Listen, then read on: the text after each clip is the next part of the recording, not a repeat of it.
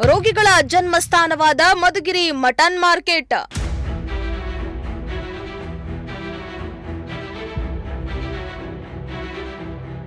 ಇಲ್ಲಿ ಸಿಗೋ ಮಟನ್ ತಿಂದ್ರೆ ರೋಗ ಹತ್ತಿಸಿಕೊಳ್ಳೋದು ಫಿಕ್ಸ್.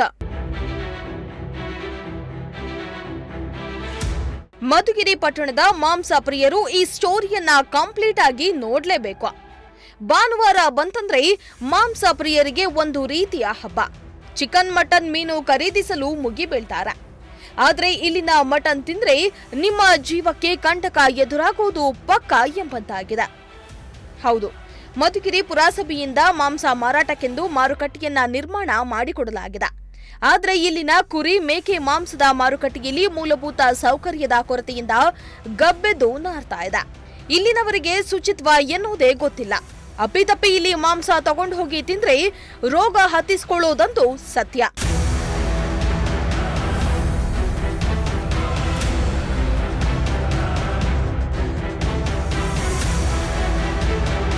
ಮಧುಗಿರಿ ಪಟ್ಟಣದ ಡಿವೈಎಸ್ಪಿ ಕಚೇರಿ ಸಮೀಪವೇ ಈ ಮಟನ್ ಮಾರ್ಕೆಟ್ ಇದ್ದು ಸುಮಾರು 10 ಮಟನ್ ಸ್ಟಾಲ್ಗಳಿವೆ. ತ್ಯಾಜ್ಯದ ಬಾವಿಯಲ್ಲಿ ತ್ಯಾಜ್ಯ ತುಂಬಿ ಹರಿತಾ ಇದೆ. ಗಲೀಜುಗಳನ್ನ ತುಳ್ಕೊಂಡು ಮೂಗು ಮುಚ್ಕೊಂಡೇ ಮಾಂಸ ಖರೀದಿ ಮಾಡ್ಕೊಂಡು ಹೋಗ್ತಾರೆ. ಜೊತೆಗೆ ಇಷ್ಟು ಅಸ್ವಚ್ಛತೆಯಿಂದ ಇರೋ ಮಟನ್ ಅಂಗಡಿಗಳಲ್ಲಿ ಸಿಗೋ ಮಾಂಸ ಕೂಡ ಕ್ಲೀನ್ ಆಗಿರೋದಿಲ್ಲ. ಇದರಿಂದ ಆ ಮಾಂಸವನ್ನ ತಿಂದ್ರೆ ರೋಗಕ್ಕೆ ತುತ್ತಾಗೋದಂತೂ ಪಕ್ಕ. ಇಂತಹ ಅಸ್ವಚ್ಛತೆ ಕೂಡಿದ್ರೂ ಕೂಡ ಅಧಿಕಾರಿಗಳು ಮಾತ್ರ ಕ್ಯಾರಿ ಅಂತ ಇಲ್ಲ. ವೀಕ್ಷಕರೇ, ಏನೀಗ ನಾವು ಮಧುಗಿರಿ ಪಟ್ಟಣದಲ್ಲಿರ್ತಕ್ಕಂಥ ಮಟನ್ ಮಾರ್ಕೆಟ್ ಅಲ್ಲಿ ಇದ್ದೀವಿ. ಈ ಮಟನ್ ಮಾರ್ಕೆಟ್ ಅಲ್ಲಿ ಸುಮಾರು ಜನ ಬಂದ್ಬಿಟ್ಟು ಮಟನ್ ಖರೀದಿ ಮಾಡ್ಕೊಂಡು ಹೋಗ್ತಿದ್ದಾರೆ. ಆದರೆ ಇಲ್ಲಿ ನಾವು ವಾಸ್ತವತೆ ನೋಡಿದ್ರೆ ದುಡ್ಡು ಕೊಟ್ಟು ರೋಗ ಖರೀದಿ ಮಾಡ್ತಕ್ಕಂಥ ಪರಿಸ್ಥಿತಿ ಎದುರಾಗಿದೆ. ಇಲ್ಲಿ ಸ್ವಚ್ಛತೆ ಏಕದಮ್ ಅವೈಜ್ಞಾನಿಕವಾಗಿ ನಿರ್ವಹಣೆ ಮಾಡ್ತಾ ಇದ್ದಾರೆ. ಸ್ವಚ್ಛತೆ ಅನ್ನೋದೇ ಮಾಯ ಆಗಿಬಿಟ್ಟಿದೆ.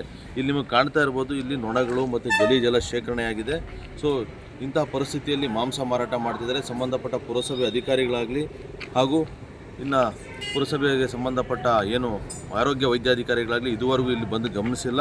ಸೊ ಪ್ರತಿನಿತ್ಯ ಇಲ್ಲಿ ಮಾಂಸ ಮಾರಾಟ ನಡೆಯುತ್ತೆ. ಆದರೆ ಇಲ್ಲಿ ದುಡ್ಡು ಕೊಟ್ಟು ರೋಗ ಖರೀದಿ ಮಾಡ್ತಕ್ಕಂಥ ಪರಿಸ್ಥಿತಿ. ಏನು ಮಟನ್ ಮಾರ್ಕೆಟಲ್ಲಿ ಸ್ವಚ್ಛತೆ ಅವೈಜ್ಞಾನಿಕವಾಗಿದ್ದು ಸಂಬಂಧಪಟ್ಟ ಪುರಸಭೆ ಚೀಫ್ ಆಫೀಸರು ಇನ್ನೂ ನಿದ್ದೆ ಮಾಡ್ತಿದ್ದಾರೆ ಅನ್ನೋದೊಂದು ಯಕ್ಷ ಪ್ರಶ್ನೆಯಾಗಿದೆ. ಇಲ್ಲಿನ ನಿವಾಸಿಗಳು ಏನು ಇಲ್ಲಿ ಜೀವನ ನಡೆಸದೆ ದುಸ್ತರವಾಗಿ ಅಂತ ಪರಿಣಮಿಸಿದಂತ ಪರಿಸ್ಥಿತಿ ಎದುರಾಗಿದೆ. ಇನ್ನು ಈ ಮಟನ್ ಸ್ಟಾಲ್ಗಳಿಂದ ಪುರಸಭೆ ಬೊಕ್ಕಸಕ್ಕೆ ಬಾಡಿಗೆ ಹಣವೂ ಕೂಡ ಬರ್ತಾ ಇದೆ. ಆದ್ರೂ ಕೂಡ ಪುರಸಭೆ ಅಧಿಕಾರಿಗಳು ಕ್ಲೀನಿಂಗ್ ಕೆಲಸ ಮಾತ್ರ ಮಾಡ್ತಾ ಇಲ್ಲ. ಜೊತೆಗೆ ಈ ಮಾರುಕಟ್ಟೆಗೆ ಹೊಂದಿಕೊಂಡಿರುವ ಮೀನು ಮಾರುಕಟ್ಟೆ ಸ್ಥಿತಿಯು ಭಿನ್ನವೇನಿಲ್ಲ. 5 ಮೀನಿನ ಅಂಗಡಿಗಳು ತೆರೆದಿರುತ್ತೆ. ಮೀನು ಮಾರಾಟಗಾರರಿಗೆ ಸೂಕ್ತ ವ್ಯವಸ್ಥೆ ಇಲ್ಲದ ಪರಿಣಾಮ ರಸ್ತೆ ಮೇಲೆ ಮೀನು ಮಾರಾಟ ಮಾಡಬೇಕಾದ ಅನಿವಾರ್ಯತೆ ಇದೆ. ಇಷ್ಟಲ್ಲದೆ ಮಾಂಸ ಮಾರುಕಟ್ಟೆ ಹಂದಿ ನಾಯಿಗಳ ಆವಾಸ ಸ್ಥಾನವಾಗಿದೆ. ಮಾಂಸ ಸ್ವಚ್ಛಗೊಳಿಸಿದ ನೀರು ಕಾಲುವೆ ಮೂಲಕ ಸರಾಗವಾಗಿ ಹರಿಯದ ಕಾರಣ ಜನವಸತಿ ಪ್ರದೇಶದ ವಾತಾವರಣದಲ್ಲಿ ಹದಗೆಡ್ತಾ ಇದ್ದು ಸೊಳ್ಳೆಗಳ ಕಾಟ ಹೆಚ್ಚಾಗಿದ್ದು ಪಟ್ಟಣದ ಜನರ ಆರೋಗ್ಯದ ಮೇಲೆ ವ್ಯತಿರಿಕ್ತ ಪರಿಣಾಮ ಬೀರ್ತಾ ಇದೆ. ಈ ದೃಶ್ಯಗಳಲ್ಲಿ ನೀವು ನೋಡ್ತಾ ಇರ್ಬೋದು ಎಷ್ಟು ಮಟ್ಟಿಗೆ ಇಲ್ಲಿನ ಪುರಸಭೆ ಅಧಿಕಾರಿಗಳು ಸ್ವಚ್ಛತೆಯನ್ನು ಕಾಪಾಡಿದ್ದಾರೆ ಅಂತ ಬಿಟ್ಟು. ಪ್ರತಿನಿತ್ಯ ಇಲ್ಲಿ ಮಾಂಸ ಮಾರಾಟ ಮತ್ತು ಏನು ಕುರಿ ಮೇಕೆಗಳ ಒಂದು ಮಾಂಸ ಮಾರಾಟ ನಡೆಯುತ್ತೆ. ಸೊ ಇದರ ತ್ಯಾಜ್ಯವನ್ನು ನಿರ್ವಹಣೆ ಮಾಡದೆ ಒಂದು ಚರಂಡಿಗೆ ಬಿಡಿರ್ತಕ್ಕಂಥ ದೃಶ್ಯಗಳು ನೀವು ಕಾಣ್ತಾ ಇರ್ಬೋದು.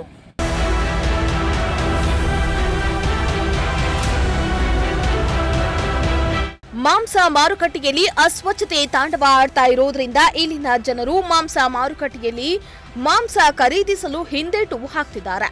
ಇದರಿಂದ ಮಾಂಸ ಪ್ರಿಯರು ಗುಡ್ಡೆ ಮಾಂಸದ ಕಡೆ ಹೋಗ್ತಿದ್ದಾರೆ. ಇದನ್ನೇ ಕೆಲವರು ಬಂಡವಾಳ ಮಾಡಿಕೊಂಡಿದ್ದು ಪಟ್ಟಣದಲ್ಲಿ ಗುಡ್ಡೆ ಮಾಂಸ ಮಾರಾಟದ ಹಾವಳಿ ಹೆಚ್ಚಾಗ್ತಾ ಇದೆ. ಹೀಗಾಗಿ ಕೂಡಲೇ ಪುರಸಭಾಧಿಕಾರಿಗಳು ಎಚ್ಚೆತ್ತುಕೊಂಡು ಮಾಂಸ ಮಾರಾಟಕ್ಕೆ ಮೂಲಭೂತ ಸೌಕರ್ಯವನ್ನ ಒದಗಿಸಿಕೊಡಬೇಕೆಂದು ಒತ್ತಾಯಿಸುತ್ತಿದ್ದಾರೆ.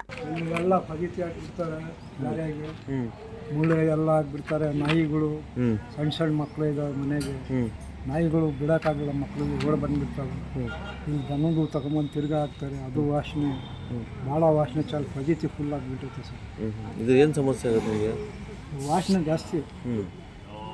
ನನಗೂ ಹುಷಾರಿಲ್ಲ, ಶುಗರು ಎಲ್ಲ ದೋಸೆ ಸಂಪು ಅದು ಸಂಪನ್ನು ಎತ್ಕೊಂಡು ಹೋಗಲ್ಲ ಸರ್. ತುಂಬಿದ್ರು ರೋಡಿಗೆ ಬಿಡ್ತಾ ಇರ್ತೇವೆ ಚರಂಡಿ. ನೋಡಿ ಸರ್, ಸಂಪದು ಅದೊಂದು ಮಕ್ಕಳು ಬಿತ್ತು ಅಂದರೆ ಈಚೆಗೆ ಬರಲ್ಲ ಸರ್. ದಯವಿಟ್ಟು ಬಂದು ಕೇಳಿ ಸ್ವಲ್ಪ ನೋಡ್ರಿ ನೀವು. ಇನ್ನಾದರೂ ಪುರಸಭಾಧಿಕಾರಿಗಳು ವೈದ್ಯಾಧಿಕಾರಿಗಳು ಎಚ್ಚೆತ್ತುಕೊಂಡು ಮಾಂಸ ಮಾರುಕಟ್ಟೆಯನ್ನ ಶುಚಿತ್ವಗೊಳಿಸಿ ಜನರ ಆರೋಗ್ಯವನ್ನ ಕಾಪಾಡಬೇಕಿದೆ ಅನ್ನೋದು ಪ್ರಜಾಶಕ್ತಿ ಟಿವಿಯ ಕಳಕಳಿಯಾಗಿದೆ. ಸಿರಾಜ್ ಅಹಮದ್, ಪ್ರಜಾಶಕ್ತಿ ಟಿವಿ, ಮಧುಗಿರಿ.